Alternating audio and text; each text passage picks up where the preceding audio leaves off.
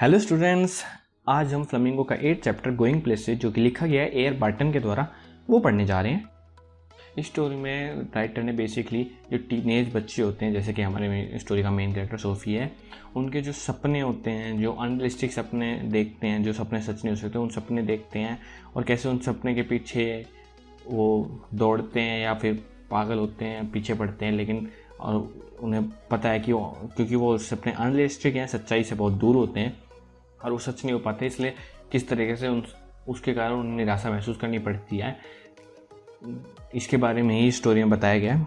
तो चलो स्टार्ट करते हैं इसकी समरी। ये काफ़ी थोड़ा कंफ्यूजिंग चैप्टर है, कई बच्चों को लगा है। मैं इसको सिंपल से सिंपल बनाने की कोशिश करूँगा। होपफुली मैं आपको इस चैप्टर को अच्छी तरह समझा पाऊँ। तो चलो शुरू करते हैं। स्टोरी की शुरुआत ऐसी होती है कि सोफ़ी जो है वो एक स्कूल जाने वाली लड़की है। अभी टीनेज उम्र है उसकी। टीनेज उम्र होती है 13 से 19 साल की, और वो काफ़ी गरीब फैमिली से बिलोंग करती है। तो जब वो स्कूल से वापस आ रही होती है अपने घर की तरफ अपने दोस्त के साथ, उसकी दोस्त का नाम होता है जेंसी, तो वो उससे बातों ही बातों में बोलती है कि वो बड़े होकर अपना एक बुटीक खोलेगी। बुटीक होता है जो लेडीज़ के फैशन का सामान बेचते हैं, जैसे कि चूड़ियाँ, बिंदी या फिर इवन कपड़े भी या फिर नेकलेस वगैरह। पर बुटीक में बेसिकली आप समझ लो कि जो फीमेल फैशन की चीज़ें होती हैं वो होती हैं। लेकिन जेंसी जो होती है वो रियलिस्टिक होती है। वो जानती है कि जो ये सोफ़ी जो बातें कर रही है ये सिर्फ सपनों की बातें, ये असल में नहीं हो सकता, क्योंकि एक बुटीक को खोलने के लिए काफ़ी सारा पैसा चाहिए होता है उसको। वो सोफ़ी को यही बोलती है, लेकिन सोफ़ी कहाँ सुनने वाली थी। वो अपने सपनों में मगन रहती है। वो बोलती है कि अगर इतने सारे पैसे चाहिए तो मैं इतने सारे पैसे जमा कर लूँगी, मैं एज अ मैनेजर काम कर लूँगी। लेकिन जेंसी को पता है कि वो जिस गरीब फैमिली से बिलोंग करते हैं और जितनी पढ़ाई उन्होंने करी है उसके हिसाब से उन्हें ज़्यादा से ज़्यादा एक बिस्किट फैक्ट्री में लेबर की नौकरी मिल सकती है। उससे ज़्यादा वो कुछ नहीं कर सकते, मतलब एज अ मैनेजर तो बन ही नहीं सकते। वो काफ़ी दूर की सोच है, क्योंकि वो दोनों ही काफ़ी गरीब फैमिली से बिलोंग करते हैं। लेकिन सोफ़ी थोड़ा बचपना है उसके अंदर, इसलिए वो बस सपनों देखती है। वो असलियत में नहीं जीती, वो अपने सपनों में जी रही है। और वो बोलती है कोई बात नहीं तो मैं एक्ट्रेस बन जाऊंगी। एक्ट्रेस को तो काफ़ी पैसे मिलते हैं, तो उन पैसों से मैं बुटीक भी खोल लूँगी और साथ साथ काम करती रहूँगी, क्योंकि एक्टर लोग तो पूरे दिन काम नहीं करते हैं। जेंसी उसे समझाने की कोशिश करती है, पर कहाँ वो समझने वाली होती है।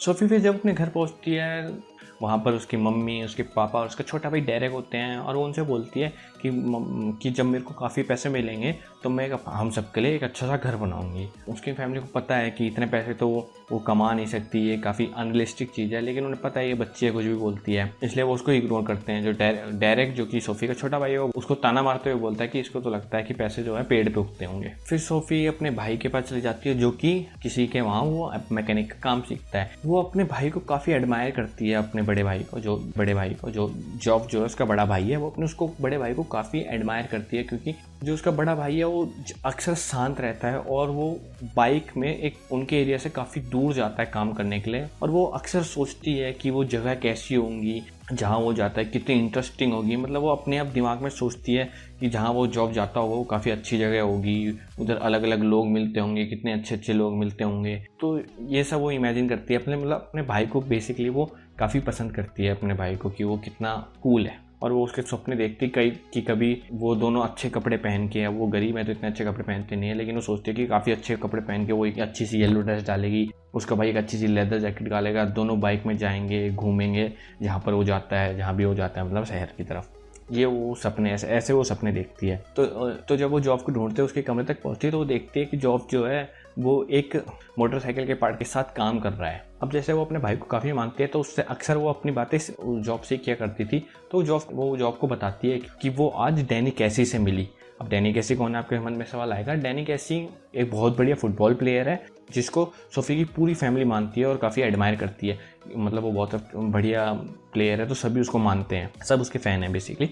तो वो उसको बोलती है कि मैं डैनी कैसी से मिली। सोफ़ी जो है बस ये कहानी ऐसे ही बना रही होती है, क्योंकि उसको आदत होती है कहानी बनाने की, और वो अपनी कहानियों में ही जीती है, असलियत में नहीं जीती है। ये है हमारी मेन कैरेक्टर की जो दिक्कत है, ये है कि वो कहानियों में जीते हैं। ऐसे कई बच्चे होते हैं जो कहानियों में जीते हैं, जो सोचते हैं कि जो वो सोच रहे हैं वो सच हो जाएगा, लेकिन दुनिया की जो सच्चाई है वो इतनी आसान नहीं है। वो सोचते हैं कि वो बड़े होकर बिजनेसमैन बनेंगे, करोड़ों कमाएंगे, या फिर अपनी ड्राइंग से आर्ट करेंगे, $1 मिलियन की आर्टिस्ट बेचेंगे। लेकिन ये कहने की बात होती है, सब कुछ इतना आसान नहीं होता। तुम अगर एक्टर बनना चाहते हो तो तुम ज़रूरी नहीं कि तुम भी कहीं सलमान खान या शाहरुख खान बन जाओ, तुम शायद कोई बैकग्राउंड एक्टर ही रह जाओ। लाइफ इतनी भी आसान नहीं है जितना इस उम्र के बच्चे, जो टीनेज उम्र के, वो हमारी इस स्टोरी की थीम है। हाँ, तो जो सोफ़ी है वो स्टोरी बनाती है, उस जॉब को पता है कि इसको ऐसी स्टोरी बनाने की आदत है, इसलिए उसको यकीन नहीं मानता है। लेकिन सोफ़ी जो है उसको काफ़ी डिटेल में बताती है कि नहीं, मैंने उसे देखा है, उसकी आंखें ऐसी है, उसका बाल ऐसे हैं। जॉब को पता होता है कि ये वैसे तो झूठ बोल रही है, लेकिन जब वो इतनी सारी डिटेल बनाती है तो जॉब भी थोड़ा बहुत सोचने पड़ जाता है कि शायद हाँ, क्या पता ये मिली भी हो। और इस बीच उसके जो सोफ़ी के पिता हैं वो उस रूम में आ जाते हैं। फिर जो जॉब है वो अपने पिता को बताता है कि ये जो सोफ़ी है ये तो डैनी कैसी से मिली है। लेकिन उसके पापा को अच्छी तरह पता था कि उसकी बेटी कितने सपनों में जीती है और कैसी बहकी बहकी बातें करती है, तो वो उसको बिल्कुल इग्नोर करके चले जाते हैं कि हाँ, ये तो ऐसी बकवास करती रहती है। सोफ़ी को कोई हैरानी नहीं होती, क्योंकि अक्सर उसके पापा उसकी बातों को अहमियत नहीं देते हैं, क्योंकि वो ऐसी बातें करती है। और वो अपनी स्टोरी के साथ आगे बढ़ती है और वो जॉब को बताती है कि वो उसको एक दुकान के सामने मिली थी, वो उसके बगल में खड़ा था। उसने उससे पूछा कि क्या तुम डैनी कैसी हो, तो उसने हाँ बोला। फिर वो उससे ऑटोग्राफ मांगती है, लेकिन उन दोनों के पास ना तो पेपर होता है ना पेन होता है, इसलिए उसको ऑटोग्राफ नहीं मिल पाता। जॉब ये सब सुन के सरप्राइज़ भी होता है, लेकिन वो अंदर ही अंदर इस बात को यकीन नहीं कर पाता कि ये सोफ़ी सच बोल रही हो, क्योंकि इसको आदत है सोफ़ी को। और सोफ़ी को भी पता है कि वो सच नहीं बोल रही बस, लेकिन उसको अच्छा लगता है ऐसा कि इमेजिन करना कि वो अपने जो इतना फेमस फुटबॉल प्लेयर है डैनी कैसी, जिसको वो पसंद करती है, उसके बारे में सोचना, उससे मिलने की ख्वाब देखना, ये काफ़ी उसको अच्छा लगता है। ये बेसिकली टीनेज उम्र के लोगों को अच्छा ही लगता है कि अपने जो अपने सपने हैं उनको सच होता देखना, अपने मन के अंदर ही, अपनी आंखों के अंदर ही ये सबको अच्छा लगता है। वो जॉब से ये भी बोलती है कि डैनी कैसी ने उससे बोला था कि उससे वो अगले हफ्ते मिलेगा, तब तुम ऑटोग्राफ ले लेना। और वो जॉब से बोलती है कि ये बात तुम किसी को मत बताना। आगे स्टोरी में एक हफ्ते बाद जो सोफ़ी का पूरा परिवार है वो हमेशा की तरह सैटरडे को जो मैच होता है वो देखने जाते हैं, और वो मैच वो जीत जाते हैं ऑब्वियसली। फिर उस मैच के बाद सोफ़ी को जेंसी मिलती है, जो उसकी दोस्त है। वो उससे बोलती है कि मैंने सुना कि तुम डैनी कैसी से मिली थी। यह सुनकर सोफ़ी सोचती है इसको ये बात शायद जॉब ने बताई होगी। वो डर जाती है कि जॉब ने इसे ये भी तो नहीं बता दिया कि डैनी कैसी ने मेरे को मिलने का वादा किया है। लेकिन फिर बातों में सोफ़ी को पता लगता है कि जेंसी को ये नहीं पता, सिर्फ जेंसी को ये पता है कि वो उससे मिली थी। तो सोफ़ी बस उसको दोबारा वही अपनी स्टोरी रिपीट कर देते कि हाँ, वो उससे वो कपड़े की दुकान के सामने खड़ी थी, तब वो उससे मिली थी और उसने ऑटोग्राफ मांगा, लेकिन ना उसके पास पेन पेपर था, ना डैनी कैसी के पास पेन पेपर था, इसलिए वो ऑटोग्राफ नहीं ले पाई। फिर उस शाम को सोफ़ी नहर के किनारे सीधे सीधे चले जाती है और वो उस छायादार रास्ते में देखती है कि एक बेंच है। उस बेंच में अक्सर जो प्यार करने वाले हैं वो मिला करते थे। सोफ़ी भी चाहती थी कि वो अपने किसी प्यार करने वाले से वहाँ मिले और वो वहाँ जाके बैठ जाती है। और जैसे कि उसे भी अंदर ही अंदर खुद पता था कि जो उसके सपने हैं वो सच्चाई से अलग हैं और उसे डैनी कैसी नहीं मिलेगा, और तो वो वेट करती रहती है, और लेकिन डैनी कैसी नहीं आता है, जिसकी संभावना उसे भी थी। इसलिए फिर वो वहाँ से उठ के घर वापस जाने लगती है और वो काफ़ी अंदर से निराश होती है कि अब वो कैसे ऑटोग्राफ नहीं दिखाएगी तो कोई भी उसकी स्टोरी पे बिलीव नहीं करेगा, सब सोचेंगे वो झूठी है। वो जा रही होती है तो उस छायादार रास्ते में वो फिर से अब डैनी कैसी को इमेजिन करती है। वो देखती है कि उसकी लगभग उसकी हाइट जितना ही है, वो उसकी आंखों में आंखें देख रहा है। वो उससे थोड़ी सी सोफ़ी इमेजिन करते अपने आप को उससे बात करते हुए। वो उसको बताती है कि कैसे उसका पूरा परिवार डैनी कैसी के फुटबॉल मैच को हर हफ्ते देखता है, हर सैटरडे को देखता है। फिर एट द एंड वो उससे ऑटोग्राफ मांगती है, लेकिन इस बार भी किसी के पास, उन दोनों के पास ही पेन नहीं होता, ना ही पेपर होता है। इस बार भी वो ऑटोग्राफ नहीं ले पाते और वो फिर अपने सपने में फिर वो याद करती है कि कैसे डैनी कैसी ने उस सैटरडे को खेला था, कैसे उसने जो सेकंड गोल डाल के अपनी टीम को जिताया था। ये सब सोच के उसको काफ़ी अच्छा लगता है। तो स्टूडेंट्स, यही था इस चैप्टर की समरी। मैंने इसको काफ़ी शॉर्ट रखने की कोशिश करी और अपनी तरफ से अच्छी तरह एक्सप्लेन करने की कोशिश करी। यहाँ पर आपको एक दो डाउट आ रहे होंगे कि सोफ़ी को अगर पता था कि जो वो स्टोरी कह रही है वो झूठ है, मतलब गलत है, तो वो वहाँ उस जगह गई क्यों, रात को मिलने गई क्यों, जब उसे पता था कि नहीं आएगा।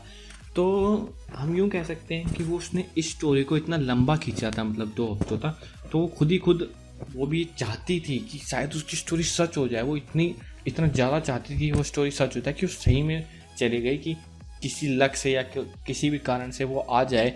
वो उसको इतना चाहती है, मतलब पावर ऑफ लव की वजह से ही आ जाए, मतलब कुछ भी कारण से बस आ जाए वो। और एक्चुअल में है तो वो बच्ची, और खासकर की उम्र में जो होता है वो बच्चे का दिमाग इतना अच्छा चलता नहीं है, वो बच्चे का दिमाग हार्मोन्स की वजह से चलता है। और जैसे कि मैंने आपको बताया, ये कहीं क्लियर नहीं लिखा हुआ है, लेकिन मैं बता रहा हूँ आपको, वो डैनी कैसी को पसंद करती थी, एज अ लवर पसंद करती थी, इसलिए वो चाहती थी कि वो किसी भी हालत में उससे मिल सके। तो स्टूडेंट्स, होपफुली मैंने आपकी स्टोरी में मदद कर पाया हूँ। अगर आपको कोई भी डाउट हो तो बेझिझक कमेंट में पूछ लेना, मैं आपकी हेल्प करूँगा। और चलो इस चैप्टर के लिए मैं आपके लिए एक क्वेश्चन दे के जाता हूँ और उसका आंसर आपको कमेंट में देना होगा। तो क्वेश्चन ये है कि सोफ़ी और जेंसी दोनों पुअर फैमिली से थी, लेकिन दोनों की सोच में और हरकतों में काफ़ी फ़र्क था। तो इसको एक्सप्लेन करना है कि उनकी हरकतों में क्या क्या फ़र्क था और ऐसा क्यों था। तो चलो इसका आंसर आप कमेंट में देना, मैं आपके कमेंट पढ़ूंगा। और thank for watching and bye bye.